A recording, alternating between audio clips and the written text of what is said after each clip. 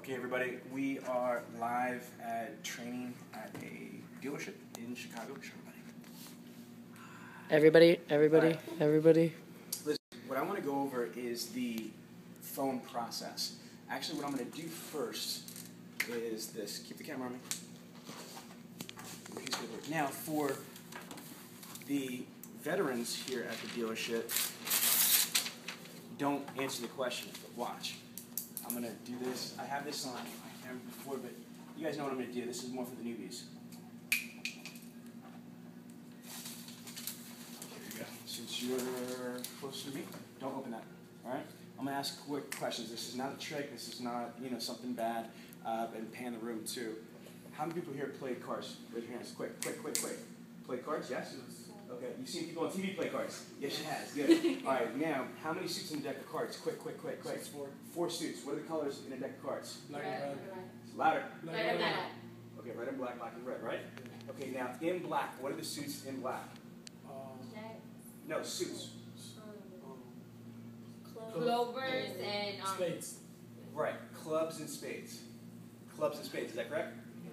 Okay, now, again, this is not a trick question. In spades, what is the highest cards in spades? Say it. You said it. Ace. Louder. Ace.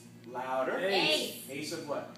Spades. Say it all together. Ace of spades. One more time. Ace of spades. Look at the camera. Ace of spades. Okay, Ace of spades. Now, can you stand up, please, and read that? It's magic, people. It's magic. You ready? Come on. Wait for it. Wait. Come on, faster. Ace of spades. Louder.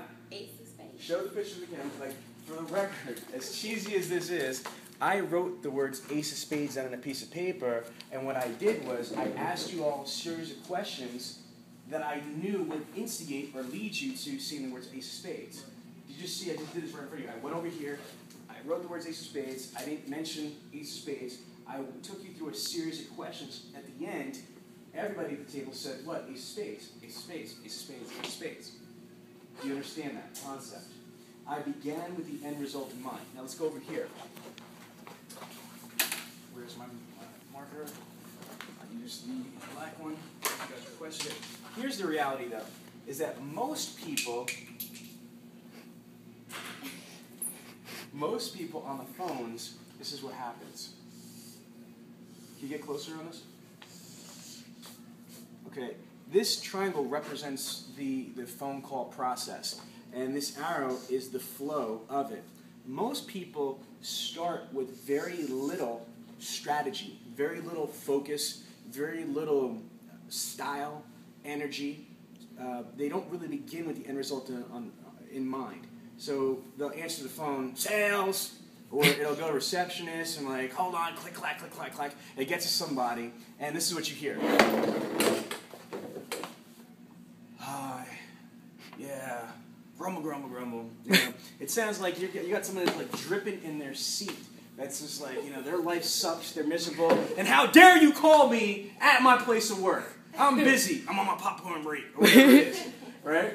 Now, my car people know that's from the Badger commercials. So the idea is that they start the phone call whacked. It's messed up, it's just beat. And then they kind of eke through the phone call. They eke all the way down the phone call, and they don't qualify the prospect. They don't identify wants, wishes, expectations.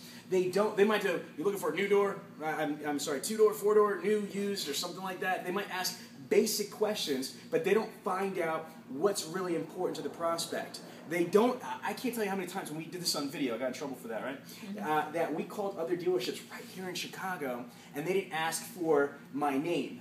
They didn't tell me what their name was. They didn't ask for the appointment. They just blah, blah, blah, blah, blah, blah. And then at the end of the phone call, they tried really hard, really hard, and to sell the car at the end of the phone call. Or when they realized that, oh, I'm about to get off the phone, they try to go for the appointment. So they kind of started it half-assed, and they eked their way through the phone call. And at the end, if anybody even bothered to ask for the appointment or try to sell the value of the stories at the very end. Does that make sense? Yeah. Now, can you just go to Dora and Sarcelli, who was here? Am I saying something that really happened here? Yeah. Yes. How many people, tell the camera, how many people did we mystery shop? I don't want to mention any names. 5, and out of the 5, how were they? Not the greatest. Okay, good. Back on me. So the idea is there's a different way to do this. Instead of using this formula, watch. This is the wrong way to do things. All we do is we flip it upside down. Wow, that's supposed to be a triangle, but whatever. All right. Now, what you want to do is you're gonna.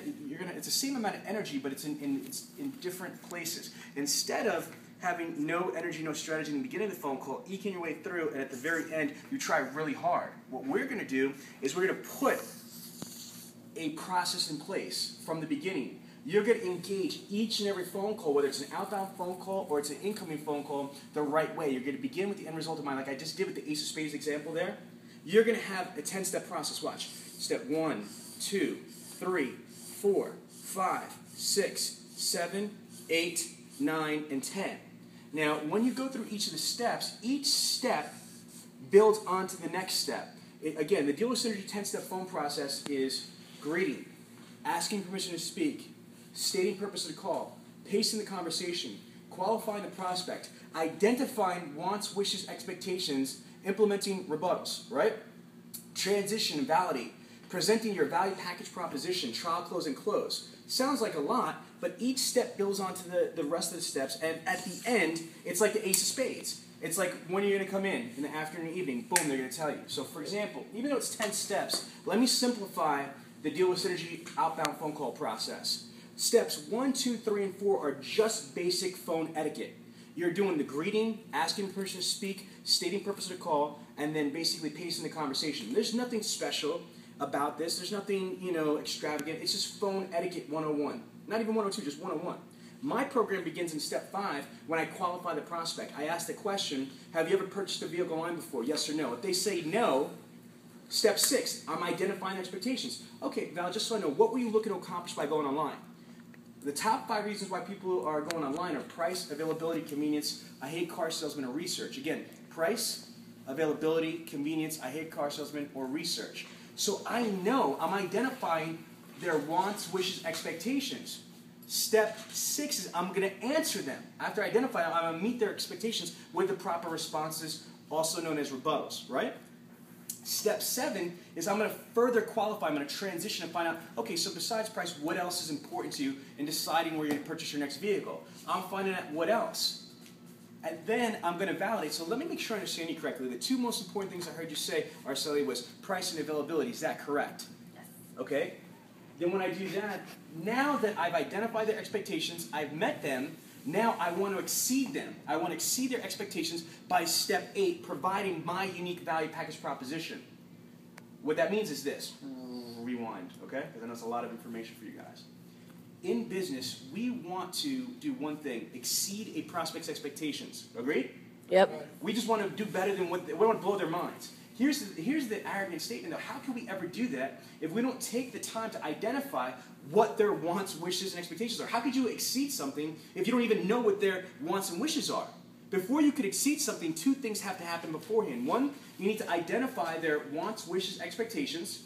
Second, you need to be able to meet them. And only then, if you've done those 2 things, do you have the opportunity to exceed them by all the cool things that you do here at this organization.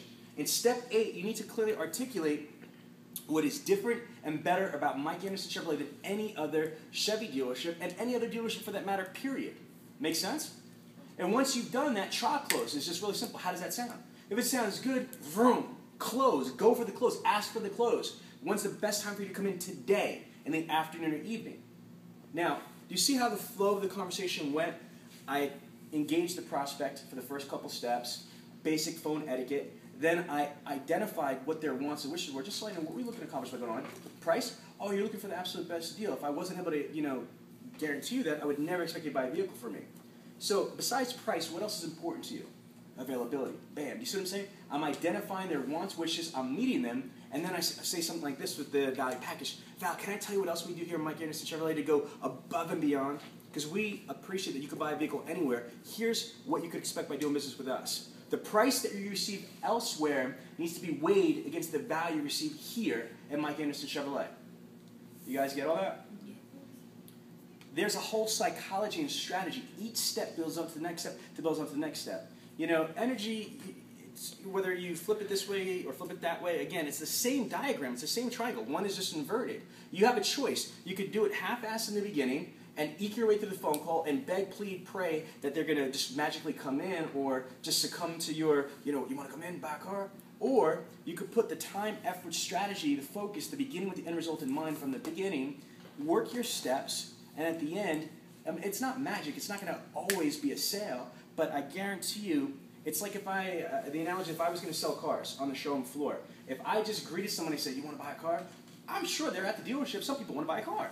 However, if you take somebody that just wings it on the showroom floor versus somebody that greets a customer, that identify, the proper vehicle for them, they do a product presentation, they take them on a demo drive, they build the value in themselves, the dealership, the product, they do all that stuff. It's usually called a road to the sale, anywhere from 6 or 10 steps, depending on what dealership you're with. Guess what? You're going to have more success and a higher gross profit if you follow that methodical road to the sale on the showroom floor. That doesn't change just because you're on the phones. On the phones, you need it even more so, because at least when you're here, the prospect gets to physically touch the vehicle. They get to see it, they get to feel it, they get to sit down in it, they can do it, they can take it on a test drive. Over the phone, you don't got that. You don't have any of that stuff. The only thing that you've got is your value package proposition and pretty much identifying their wants, wishes, and expectations. Does that make sense? So it's imperative that you don't skip those steps. You can cut it.